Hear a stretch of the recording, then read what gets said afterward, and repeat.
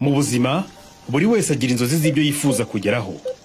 Ishuri ryiza, akazi keza, inshuti nshya zitwungura ibitekerezo, business nziza yunguka, muri make buri wese yifuza gutera imbere. Ni byiza kugira inzozi z'ibyo Yes, wagakwiye kumbona kimwe nuko abadukurikiye nabo bari kumbona. Turabasuhuje mwese rero mudukurikiye kuri uyu munsi. Dutangiye ikiganiro uyu mugabo turi kumwansetsa cyane, ariko turizera ko mwiriwe neza, turizera ko muri amahoro, turizera ko bimeze neza. Coach nawe turakwakiriye, karibu sana, umunsi mwiza. Ko ngiye gutambaje ngo uriza komeze neza ugahera ku bandi, umuntu agomba kwanza guhera mu rugo. Wowe se ko twari turimo tuganira, ahubwo nsabe Irene uzumpindurira image iri hano inyuma kuko irimo iranjena wabyibagiwe. Uzi abera umuco wa benshi iyo byose nta nubwo basasa igitanda, nta nubwo bakaraba mu maso, bakoza urutoki mu mazi akagira gutya yaba ni twitara gifundi agata kubitaho deodora agasohoka yiruka. Rero nawe nibyo nkoze. Ese ko ndeba baguhishe batari kukwerekana, sinzi impamvu banze kukwerekana kandi umeze neza rwose, ariko ndabona usa nk'unaniwe. Yose cyangwa isa kurya ntabwo irakugeraho. Ahubwo ahangaha izuba ryaje ubu ngubu umaze gukubita pizza, niyo mpamvu ndasa n'usinziriye. Ikirere bwo kiba cyashyushye cyane birumvikana. Iki ni ikintu gisekeje, iyo ubwiye umukobwa ngo arananiwe cyane cyane abo mu majyaruguru, umubwiye ko ari ugly, ko atakoze makeup n'iki byose. Umukobwa wo mu majyaruguru ngo ariko asa n'unaniwe, ahita ashaka kujya gukora makeup wavuze. Ni ukuvuga ngo uhuye n'umukobwa, tuvuge muhuriye muri bisi cyangwa muri train cyangwa ahantu runaka, ukamubwira ati ko ndeba unaniwe mu maso, kuko usa n'unaniwe, ahita yumva donc yabaye ugly, yabaye mubi byahatana. Mbega ni nko kuvuga ngo ntabwo usa neza, ntabwo ubereye ijisho. Umunsi umwe mu Bwongereza, mu burasirazuba bw'Ubwongereza nuko twabyita, cyangwa nkihagera icyongereza cyanjye cyanganaga gutya, cyari gito cyane, amagambo abiri, ubu ngubu bazi kuvuga amagambo nk'atatu cyangwa ane, ariko igihe cyari nk'abiri. Noneho umutipe ufite yitwa Juste aranyakira, twarasenganaga i Nyamirambo, umwana mwiza byatari, bafite salon de coiffure zikomeye ahantu za Coventry hari. Noneho turimo kugenda, icyo gihe twabaga London, turimo kugenda mbona injangwe. Injangwe yambutse umuhanda, mpita nyihamagara bijyanye n'ikinyarwanda, pusi ahita asimbuka afata ku munwa, yanafata ku munwa, ntese bigenze bite, abakobwa bari gutambuka baraseka, aransobanurira Mike, nabuze ahantu nca. ngira ngo mbwira mwebwe mudukurikiye, ubwo iryo jambo mu cyongereza ntimuzarivuge muri kumwe n'abera. Mu Rwanda tuvuga ati kanyiraho iyo tukabonye tugahamagara pusi, ariko uramenye ntuzabivuge uri kumwe n'abera, kubera ko bivuze ikindi, bivuze umwe mu myanya myibarukiro, umwe mu myanya myibarukiro y'abari n'abategarugori. Urumva rero ko ni bya bindi by'agahugu umuco, akandi umuco, ubwo bita binyibutsa ya mateka yo mu gihugu cya harya ni wa munara w'Ibabeli. Ni wa munara w'Ibabeli, ukuntu indimi zagiye zihinduka. Ni nk'umunsi wa mbere nanjye ngera hitwa Libreville. Iyo ukigera ku kibuga cy'indege, bonjour yabo ihuye neza n'umwe mu myanya myibarukiro y'abagabo mu Rwanda. Urumva rero biragoye, indimi nuko nguko ziteye, nuko nguko zimeze, ariko diversity cyangwa se ubwo budasa nibwo bugize isi. Nizere ko ibyo ngibyo ntibituma abantu tudakomeza kuba bamwe. Reka tubongere tubaha ikaze rero mwese. Nitwa Mike Karangwa, yitwa Coach Albi, turi kuganira twese. Murabona ko afite ikinyobwa hirya iriya, wanyereka icyo ari cyo? Ni agakawa, ni amazi. Nanjye icyo mfite ni iki ngiki. Aka ngaka ni agakawa gakorwa n'umwe mu bajene bihangiye umurimo. Bashyire kuri Facebook urahita umbona. Ni agakawa nahawe n'umusore wihangiye umurimo ukiri muto hariya ku gisimenti ni milkshake ariko irimo coffee urumva kaba karyoshye cyane akorera hariya ku gisimenti twa Jadamuro akaba ari umwe mu basore banabizi banigisha ibintu byo gukora amakawa yihangiye umurimo cyane nagiye kureba ahantu yafunguye ubwo tunahereho tubabwira ko gutekereza guhanga umurimo ni ibintu byiza no kwiga umwuga ubwo abantu bashaka kwiga gukora coffee nabyo birigwa kumenya gukora ikawa neza kumenya gukora icyayi neza birigwa murumva ko namwe mushobora kubyiga kandi akazi kabyo karahari bahoze bambwira ko umubarista uhembwa make bahembwa nk'ibihumbi 200 urumva yuko atari makeya reka tubahe ikaze rero uyu munsi mubiba mubyibuka neza hari umwitozo twatahanye twese kuwa gatatu washize cyangwa se ubwo twaherukaga mu kiganiro umwitozo twatahanye wavugaga ngo iki waragira guti baramutse bakubwiye ko mu byumweru bibiri biri imbere uzaba utakiriho ni ibiki wakora bitatu turashaka gutangira n'abantu byibura 4 5 mutubwire muduhe icyo gisubizo ubundi tuze kwihuta dufata iminota nka 30 yo kuganiraho tuze kujya mu mukino wacu uyu munsi baramutse bakubwiye ko hari ibyumweru bitatu usigaje kubaho bibiri usigaje kubaho ni ibihe bintu bitatu tarakora wumva wakora ahanga isomo ry'uyu munsi ni isomo ryo gushyiraho intego no kumenya neza kugena icyerekezo reka mukanya umurongo muhamagaraho n'usanzwe 0788400585 muhamagara iyo nimero cyangwa mwoherezeho ubutumwa kubipa oya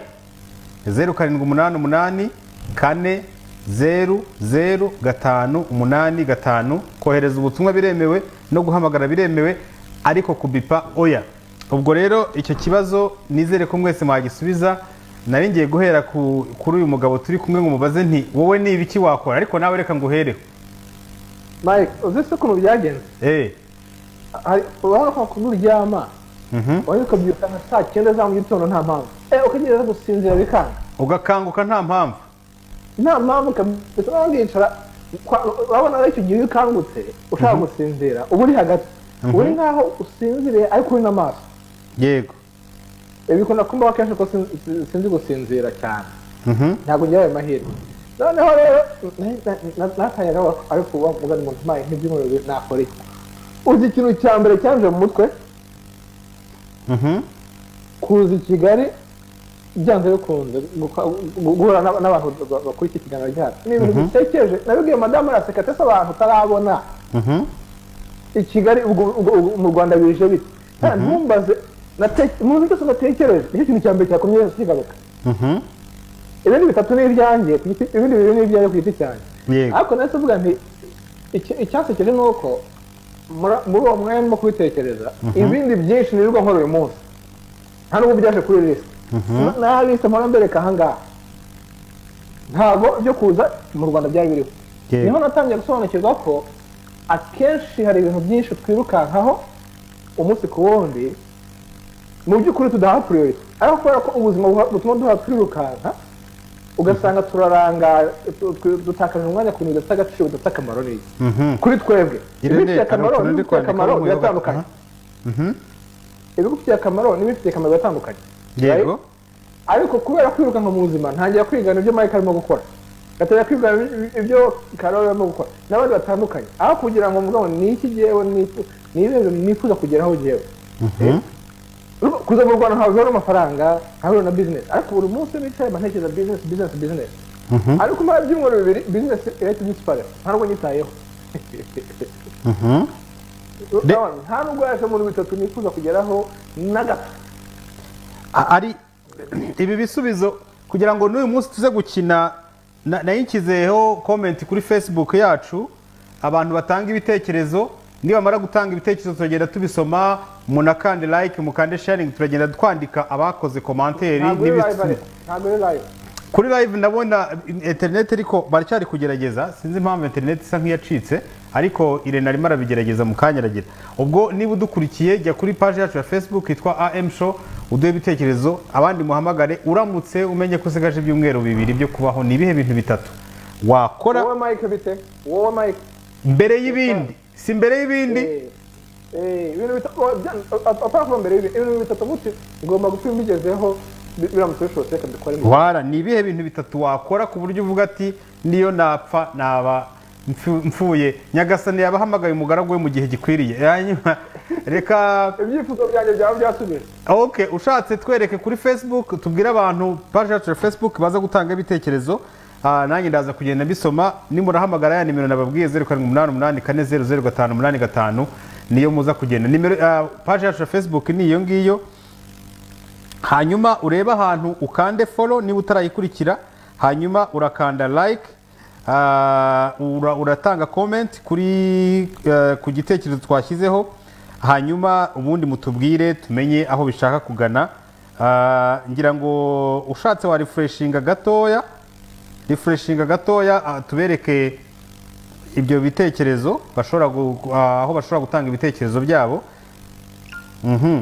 post ngira ngo iriho byora ayo nabonye ushatse wa refreshinga uretse ubibona hehe kora refresh hejuru okay urabona ko yamaze kugeraho uramutse umenye ko usigaje ibyumweru bibiri byo kubaho ni ibihe bintu bitatu wakora mbere y'ibindi ibitekerezo byanyu bihawe ikaze ni ukuvuga ngo abadukurikira kuri Facebook muduhe ibitekerezo hanyuma ariko abandi mushobora guhamagara kuri telefone namwe muraduhamagara dukomeze kugenda tuganira rero karibu sana mu kiganiro turakira abantu batanu none aha ngaha abashaka kuza gukinana natwe uyu nguyu ati naza mu majyepfo byihuse vuba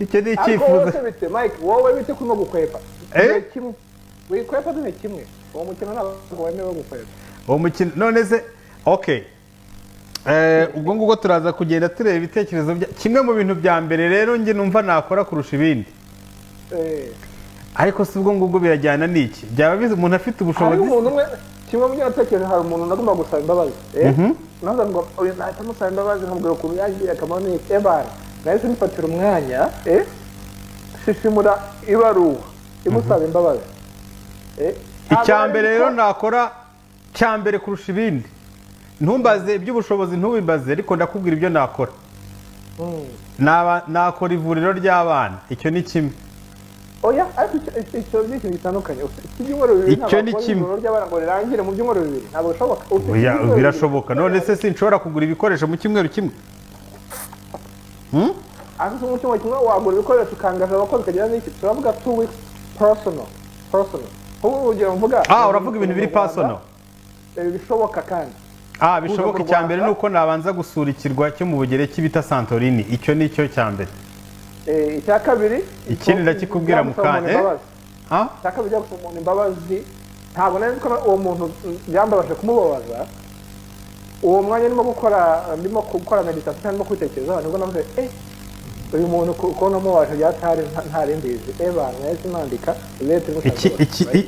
ikindi cya kabiri rero muri icyo gihe kubera ko urumva byumweru bibiri ni igihe gitoya ikindi cya kabiri ubwo ni ukubanza kugerageza byibura ngahamagara abantu bose n'aba nziranye nabo nkababwira nti rwose ubona ko shereje umbabarire ubundi nkababwira nti mugire amahoro niba mbese ntabwo duha amazina urabona ko uwo mukoro twatanze kwa mbere cyangwa gatatu ntabwo wo guseravayo oya washoboka kamere nagufashe mike kumugaragara bose bireba oya icya mbere cyo nakikubwiye icya kabiri ni ukugerageza kurushaho kwegera abantu yenda naba ntegera nkabegera cyane ikindi cya gatatu kuba kumbata cyangwa kujya gusangira nabo kwegera no kuvuga iki gusangira nabo kamere wabonye imitwe zaje oya waragabanutse ahubwo muri ino minsi ndabona waragabanutse cyane aha okay hanyuma ubwo icya gatatu cyo ndaza kukikubwira mu kanya ariko nawe uraza kumbwira ariko se ngiye kwambaje ntumbwire nakubwiye bibi aha ubwo mu kanya ndabona uyu mugabo umwe wohereje message arambwira ati Mike ibyo bintu birakomeye cyane birasaba kubanza kubitekerezaho ariko kimwe mu bintu nakora nuko nahita nkizwa ubwo rero reka duhera yitwa Jeff ati ndahita nkizwa ati kuko naheraho rero ubwo nakizwe birangiye ati ikintu cya mbere nakora nuko nahita nkizwa ikindi ni ikihera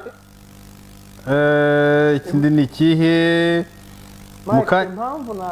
mukanya ndareba no kuri Facebook ariko dushatse twatangira ubwo abaza guhamagara ni 0788400585 abagiye babipa ntago mbitaba ubwo abandi baza guhamagara nta kibazo ho ndaza kubakira ubwo mukanya turareba wa mukino wanjye urafunguye ntabwo arafunga ko Facebook ntabiriho ariko nshaka kuvuga impamvu natangiye mvuga uburyo ushobora kuvuga amagambo abandi bakayumva nabi kubera ko imico itandukanye n'iki niyo bigeze kugira ingamba go setting ko tubyita ingamba go setting ni ingamba right goal ni gushyiraho imigambi cyangwa intego ingamba intego reka dukoresha intego intego cyangwa ingamba ingamba se buriya ntibisona cyangwa se ntibisobanura nka strategies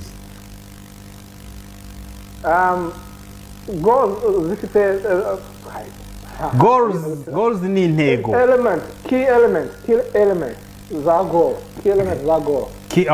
ni ibintu by'ibanze key elements ni nk'ibintu by'ibanze ni ukuvuga ngo intego goal ni intego ariko right intego zifite ururimi rwazo rwihariye yego right so hari ikintu ushobora kukwereka rero ahangaha kugira ngo ufashe dusobanurire ahantu gatoya mbere ko dufata telefone kugira ngo batangire kumva ururimi rujyanye n'intego kugira ngo umenye ko impamvu ibintu byinshi bikugora kubigeraho ni uko wakoresheje imvugo itari yo right ushatse washyira muri full screen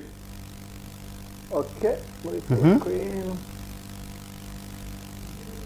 kimwe mu bintu biranga intego ni bitatu n'ibintu bitatu sibyo kimwe ni ukuvuga ngo ni iki ushaka kugeraho sibyo kikaba gisobanutse ibyo bisanga muri Habakuki 2:2 tubigarukaho Habakuki 2:2 ngo ebana wandike inzozi zawe dream yawe cyangwa icyo wifuza kugeraho gisobanutse ku buryo n'umuhisi umwe ugenza abibonye abisoma agasobanukirwa ibintu yifuza kugera kuki icya kabiri mu mvugo zijyanye na go cyangwa n'intego ni uko bigomba kuba bifatika iyo uvuze ngo ndashaka gutakaza ibiro ntabwo bifatika nubwo gutakaza ibiro ari ikintu gifatika wakoze ya point ya mbere sibyo urumva n'intego wifuza kugeraho gutakaza ibiro ariko ntabwo ni bingahe ibiro 5 ni ibiro 10 ni ibiro 20 ntabwo bifatika ndashaka kongera umushahara ni 50,000 ni 20,000 ni 500 ni miliyoni ebyiri nangahe nifuza gushaka umufasha asa gute areshya gute yize iki atuye he byose right donc bigomba kuba bifatika measurable icya gatatu cyangombwa cyane ni ugomba gushyiraho igihe runaka ushobora kubigeraho specific date and time to accomplish the goal nubango igihe kigomba nacyo kuba gisobanutse ugomba gukoramo ibyo bintu kubera ko iyo bidasobanutse iyo udafite igihe runaka nta kikwihutisha sibyo wabigeraho ejo wabigeraho mu myaka 20 wabigeraho mu myaka 50 nta kikwihutisha ariko iyo umuntu ashaka kubigeraho mu mezi 6 okay garuka muri studio nawe tukurebe ndabona Frats wagaruka urumva niba wiha amezi 6 nyuma y'amezi 2 ugasanga nta kintu wabikoraho wareba kuri kalenda ugasanga sigaranye amezi 4 reka ntangire nkore sigaranye amezi 3 sigaranye amezi 2 uri kuko kera mu ishuri wicaraga ntukore za devoir n'iki ariko mu gitondo ukiruka ku ishuri kare kugira ngo urebe bazikoze ubigane cyangwa igihe kizami cyagera ugasanga nibwo utangiye kwiga yego ni bake cyane biga umwaka wose abenshi biga igihe ikizami kiri hafi ikizamini kigiye kugera niyo mpamvu rero ikizaho igihe runaka bigufasha iki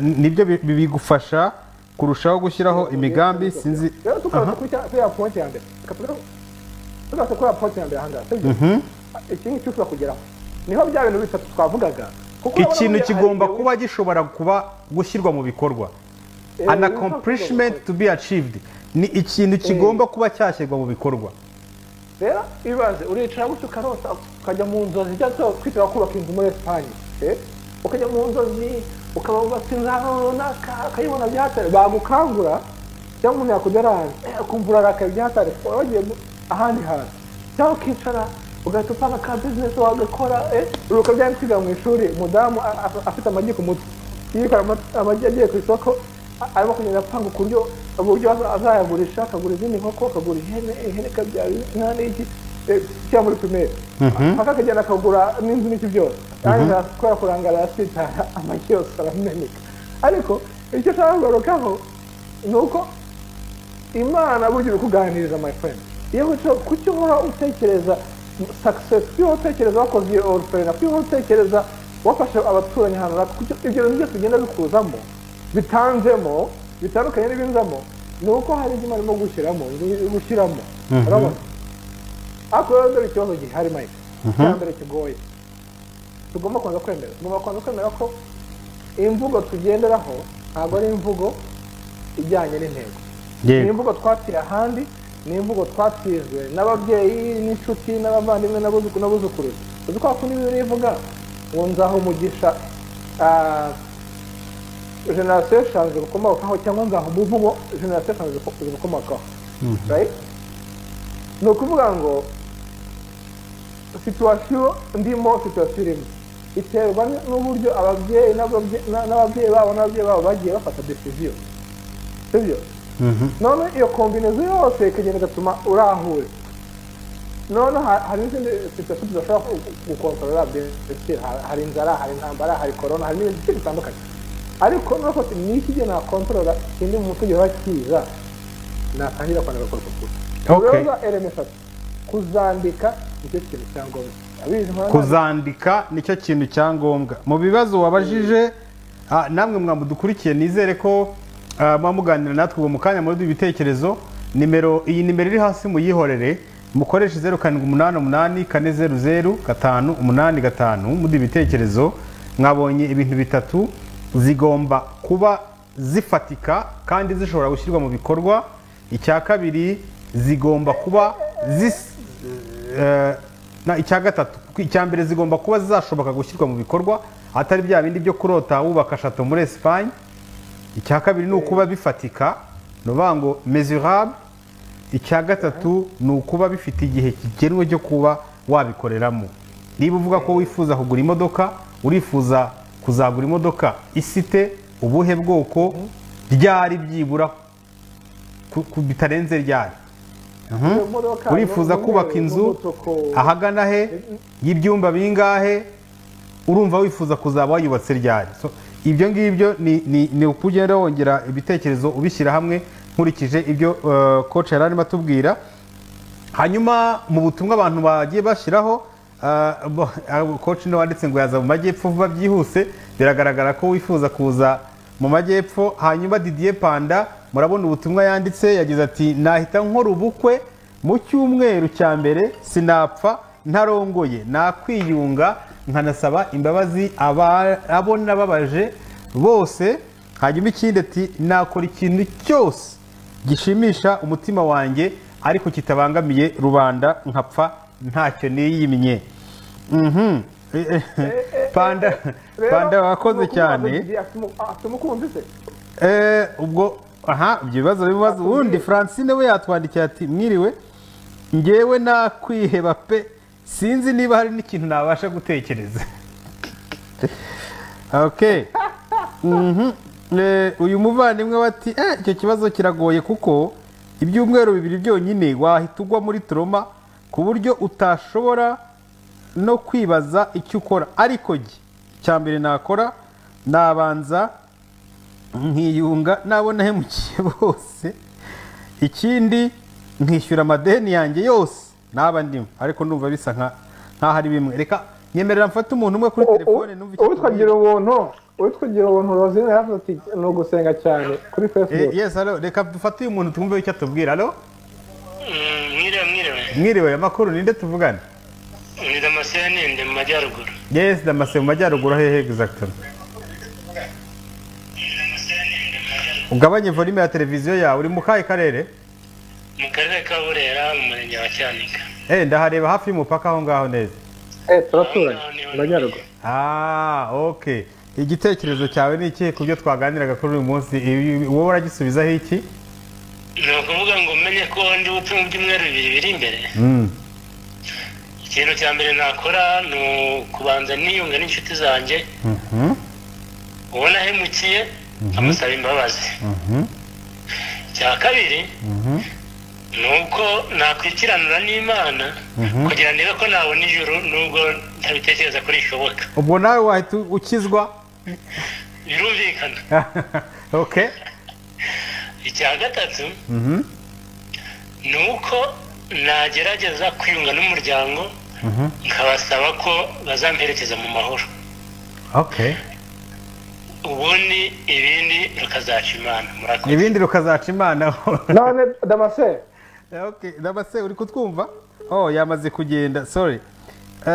Nagira base abantu mudukurikiye iyo list urimo gukora. Byakagombye ko utangira kuyikoraho rwose. Utangiye kwishyira mu bikorwa. Niyo mpamvu yazo. Kugira ngo hazaze indi list utaha. Urumva iyo irangije ihita ijya ku ruhande akaza indi list. Ari ukwiyunga, ari ugushaka, ari ukwishyura imyenda.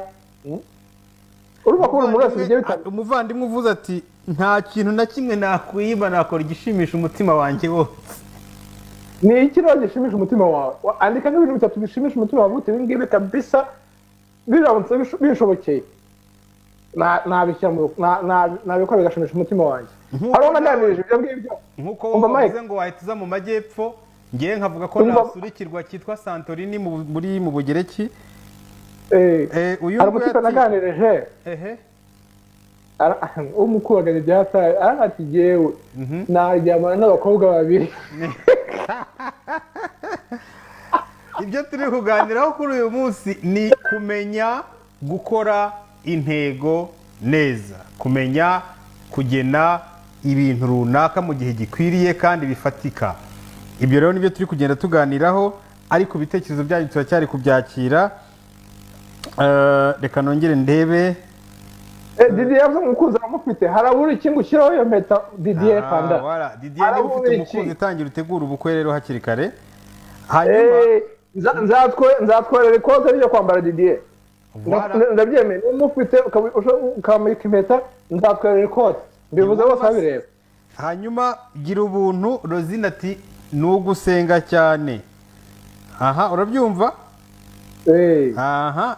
Gira ubuntu Rosine wati ni ugusenga cyane. Hanyuma undi ninde? Abantu dushaka mu kanya mu minota itarenze 10 turaza kwandika amazina y'abashaka gukina. Ubwo turahera ku bakize bakora comment n'abakoze like na sharing. Ubwo nibo tuza guheraho cyane kuri no munsi. Nizere ko muza gukurikira cyane. Uyu nguyu wati Mike na Coach Albi ndabasuhuje cyane. Ngewe ikintu nakora muri icyo gihe cy'ibyumweru bibiri ni ugufata igitabo nkafata ikintu nakanagaki. Ni ugufata igitabo niba ari map, niba ari ikarita, I think manza ni map. Ubundi nkajya kwicara ku kirwa cy'ijwi. Ubwo ngubwo niho urupfu rwansanga. Bose wabugiye. None se ashaka kuba nka ntuzashaka kuba nka Yohana wahanuye Revelation. Arumva ko yaba agiye kuba nka Yohana. Hanyuma ubundi butumwa n'ubwandera. Ubundi butumwa ubungubu ndabona busa nk'ubwari bwaje mu kanya. Reka abari bahamagaye bandi namwe ndaje mbafate mu kanya. Uyu nguyu wati Coach Albi murakoze cyane, ndabashimiye cyane rwose. Reka mbanze mpere kuri icyo kintu muvuze cyo gukora intego.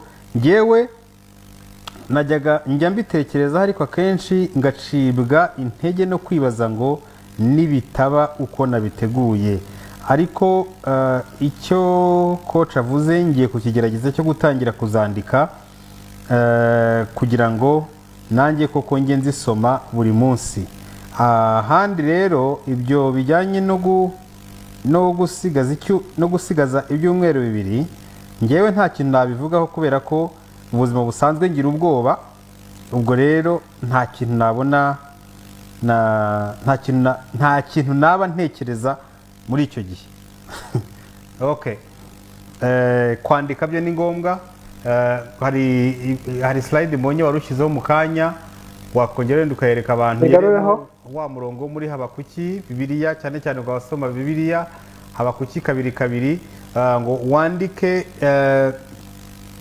kandi ibitekerezo byawe cyangwa se icyerekezo cyawe, ko ngo Imana yaransubije irambwira ngo turebye muri jambo ry'icyongereza ngo nuko Uwiteka aransubiza arambwira ngo andika vision yawe, andika icyerekezo cyawe kandi ucyandike cyane ku bipande by'imbaho ku buryo buri muntu wese uhanyuze abasha kubisoma byoroshye kandi vuba. Reba iya kabiri Exodus. Ni iya kabiri avuga ngo nuko Uwiteka abwira Moses ngo wandike aya magambo, wandike aya magambo, for after the purpose and the character of this words I have made covenant with you and with Israel. Ngo kuko binyuze muri aya magambo nakoranye isezerano na Israel. Impamvu ni iyihe? Iravuga ngo andika ibindi bindekere, sibyo? Urumva rero ikibazo twandike twigana abandi, niyo mpamvu no kugarura abantu kuri bya bintu mu byumweru bitatu n'iki. No kubera ko icyo gihe utangira kwandika noneho ibyawe, utangira gushyira mu bikorwa ibyawe. Ntabwo ndimo kwigana Mike business ashaka gukora, ntabwo ndimo kwigana aba social media, ndashaka ibyanjye Imana yashyize ku mutima wanjye. Niba ari referendum ngomba gufungura, rero umuntu ngomba gusaba imbabazi, niba ari imyenda ngomba kuvamo, ni ibyanjye ngomba kwandika. Akavuga ngo nimara kubyandika nkashyiraho gahunda zose ngo twabiganiriye, izabikora, ikoze covenant, isezerano izabishyira mu bikorwa. Okay, hanyuma Joshua ati mwakoze cyane kuri icyo kiganiro cyiza, mwibuke kutubwira igihe muzaduhera amahugurwa. Joshua urakoze, ku wa mbere turabitegura, tuzababwira uburyo mutangira kwiyandikisha, ubwo abaziyandikisha nibagira ku mubare nibo tuzakorana nabo, ariko ntabwo ari kera. Hanyuma uyu muvandimwe wundi ati mwabagabo mwe ndabashimiye cyane uburyo mukomeza kudufungura mu bitekerezo. Nibyo, ikijyanye n'intego ni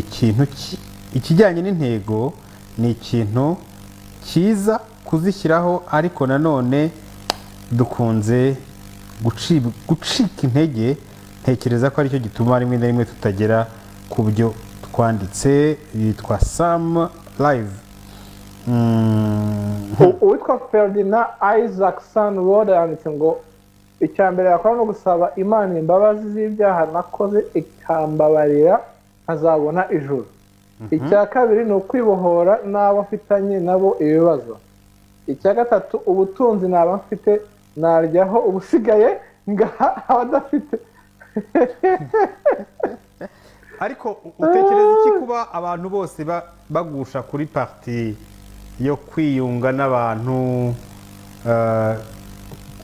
kwegera umuryango cyane, gukizwa, kubera iki biganisha aho? Uzi ahantu biva se? Nuko babajije Yesu amategeko abiri akomeye. Uzi amategeko abiri yabahaye? Irya mbere ryo gukunda mugenzi wawe nk'uko wikunda. Itegeko rya mbere ukunda Imana, ukunda Imana n'umutima wawe wose, ukunda abantu, ibintu bibiri. Ni itegeko ry'urukundo rero, ni itegeko ry'urukundo nyine. Urumva niyo mpamvu akenshi usanga iyo ibintu byose bindi bivuyeho, ubutunzi twifuza n'ibintu byinshi byose, ubuzima bugaruka ku bintu bibiri nyine, kuri ayo mategeko abiri. Gukunda Imana no gukunda abantu. That's it. Niyo nkunda mugenzi wanjye kuko nikunda, kubabarira biroroha, gusaba imbabazi biroroha.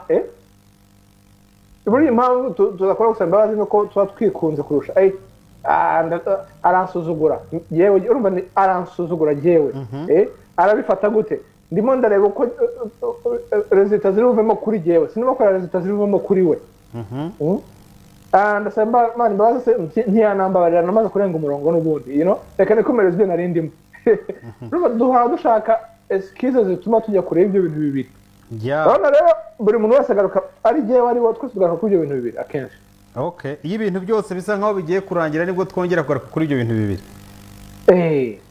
none iminota isigaye ko ari mike twandika amazina y'aba bantu turebe aho bigana reka icyo turi bukore bakomeza gushyiraho komantere kuri ya poste wakoze noneho kwa mbere tuzafata abakoze komantere n'abakoze like so uzakora komantere na like niwe tuzafata hama tubahe umwanya wo gukina kwa mbere kuko internet ntabwo iriho n'amasaha aragiye ariko please fata izindi telefone twumva abandi icyo batubwira please ntacyo reka twakire kuri telefone ni 0788 400 585 hanyuma ati panda ati coach unyemereye ikote ryo kwambara mu bukwe bwanjye ahise kwa nimero ye ati we need to stay in touch nta muntu ujya mpeza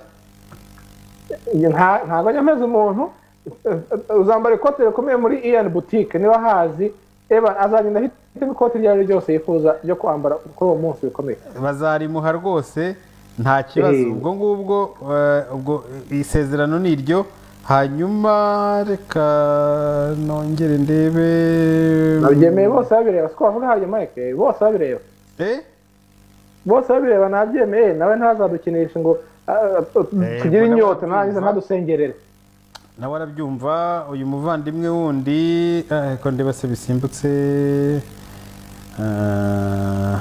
ndabona bisimbutse gatoya kuri Facebook sinzi impamvu byari mbibuze ariko ubwo ngubwo abantu bagiye bakora like n'abakora sharing mwese ndabashimiye uyu muvandimwe yitwa Kayiranga ati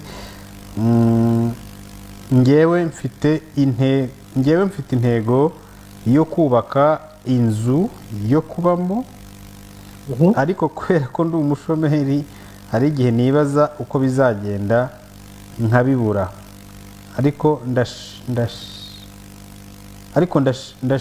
ndashimira coach ko andemamo icyizere nubwo ntazi inzira bizanyuramo ntabwo afite intego afite icyifuzo cyo kubaka inzu Kayiranga none wafite icyifuzo ntabwo afite intego kuko avuga ati ndifuza kubaka inzu muri uyu mwaka ku gihe runaka ifite ibyumba gutya nk'uko twavuze ibyo byaba ari intego afite icyifuzo dream none afite inzozi nk'umuntu w'umushomeri we wifuza akazi ashatse kwandika intego ze yazandika gute cyangwa umuntu wifuza gutangira kwikora intego ze yazandika ate twumvikana ikintu kimwe umuntu witwa Elon Musk waramwumvise Elon Musk ndanamukunda cyane none se hari amafaranga namwe yaguha icyizere na garanti yo kuva kuri iyi si ukajya kuri Mars cyangwa ku kwezi nta muntu ugeze agerayo nta ndege igerayo nta kintu na kimwe ariko leta yagize inzozi zo kuba ngo ngiye kohereza icyogajuru he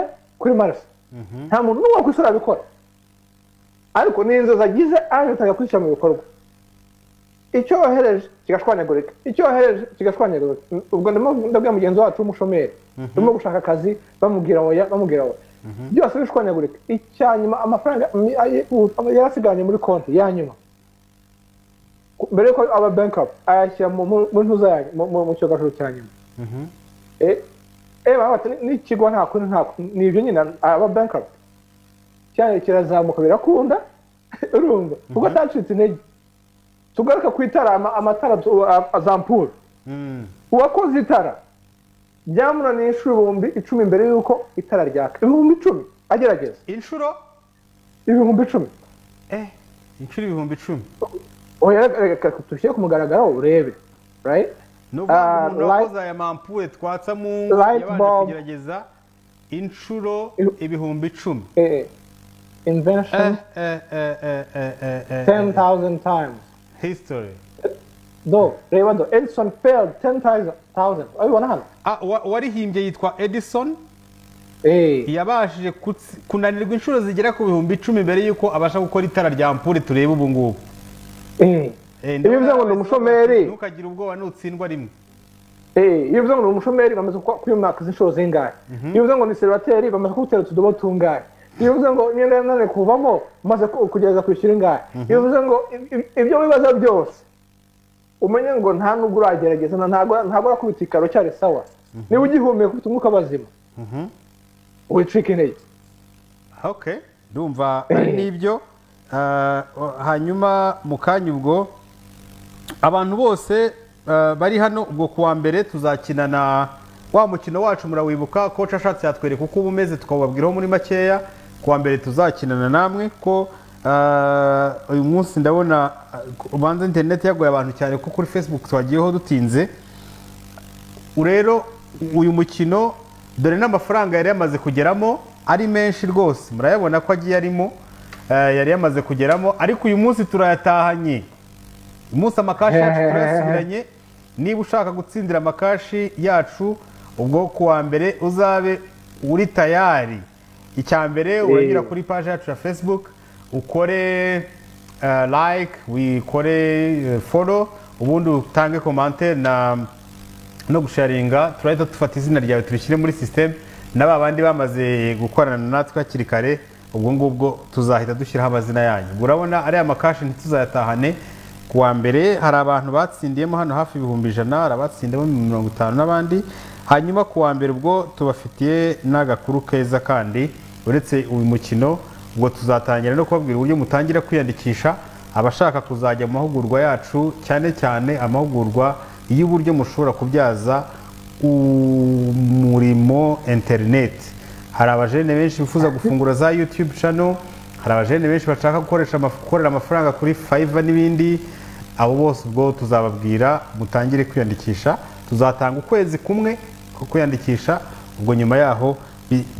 bizaba bihagaze dukorane n'abazaba bamaze kwiyandikisha hanyuma rero reka tubashimire ndabona tugiye kugera ku musozo w'ikiganiro cyacu cyo kuri uno munsi twize ku bijyanye n'intego ariko coach ari izindi slide nabonaga wari ufite wazinyuzamo amaso gatoya mbere yuko dusoza isomo ryacu ry'uyu munsi nubwo dushobora kuzarikomeza kwa gatandatu niba nta kindi utazaba wateguye ikindi kintu wazinyuzamo kwa gatandatu turajya dusubira inyuma izi ni ingero z'uburyo ugomba kumenya ko wakoze nk'iyo wanditse gutya ubwo ndashaka kuzamura bizinesi yanjye ntabwo ari goro ndashaka kubona akazi keza ntabwo ari goro ni icyifuzo nkura muntu ati nifuza kubaka inzu ni icyifuzo ntabwo ari intego ndashaka kujya igisenyi muri vakansi mu kwa gatandatu ntabwo ari intego ni icyifuzo urumva intego kuko mu kwa gatandatu intego itandukanye n'icyifuzo rero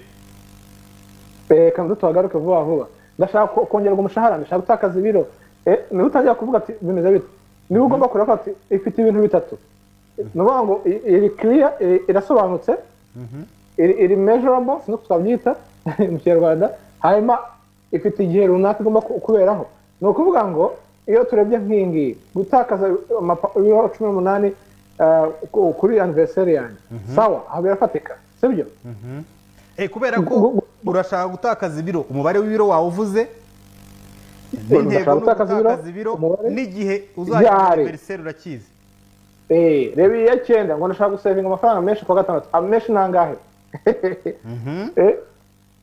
iyi ngiyi yo ku Gisenyi ukwezi kwa gatandatu kuje yese ni intego irafatika kubera ko location irahari igikorwa kirahari n'igihe uzagikorera kirahari parfait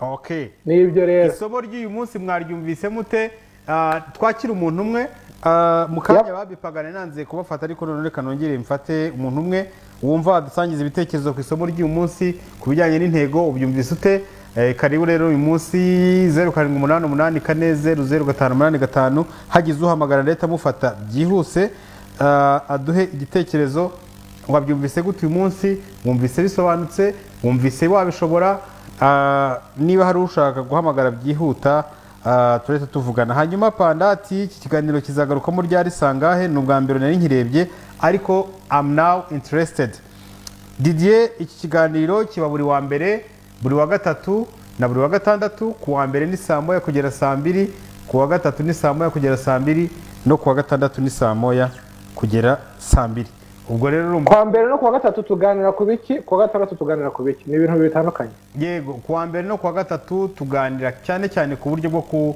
gukorera cash, uburyo bwo gukorera cash, tekinike, inzira, hanyuma kuwa gatandatu tukaganira kenshi uburyo bwo kuyacunga neza cyangwa se uburyo bwo gucunga neza ibyo winjiza, harimo nk'ibi kugira personal development, personal development ni iterambere rya imyumvire, n'imyumvire, guhindura imyumvire cyane cyane. Hanyuma rero ndabona rero iminota igeze kandi mu kanya mugenzi wacu araba yinjiye hano muri studio, reka dusoreze n'aha ngaha ubwo tuzasubire kuwa mbere. Dushimire mwebwe mwadukurikiye, abandi mushaka kutwandikira ni munyure kuri Facebook yitwa AM Show mutwandikire, abandi munyure kuri Instagram, ushobora kwandikira coach kuri Instagram yitwa Mbanjabahizi rimwe, mushobora kumukurikira mukande follow, mujye mumwandikira, hanyuma babikeneye nanyu mwanyandikira no kuri Instagram. Umuntu wa nyuma mufata tugenda. Allo, aha umaze gusubirayo cyangwa se kugenda, ariko n'ubundi minota yamaze kugenda, ubwo reka tubashimire dusoreze aha ngaha. Imana ibahe umugisha mwese. Coach wakoze kwifatanya mu kiganiro no kuganiriza abantu bose kuri uyu munsi, naho ubutaha. Ishuri ryiza, akazi keza, inshuti nshya zitwungura ibitekerezo, business nziza yunguka, muri make buri wese yifuza gutera imbere.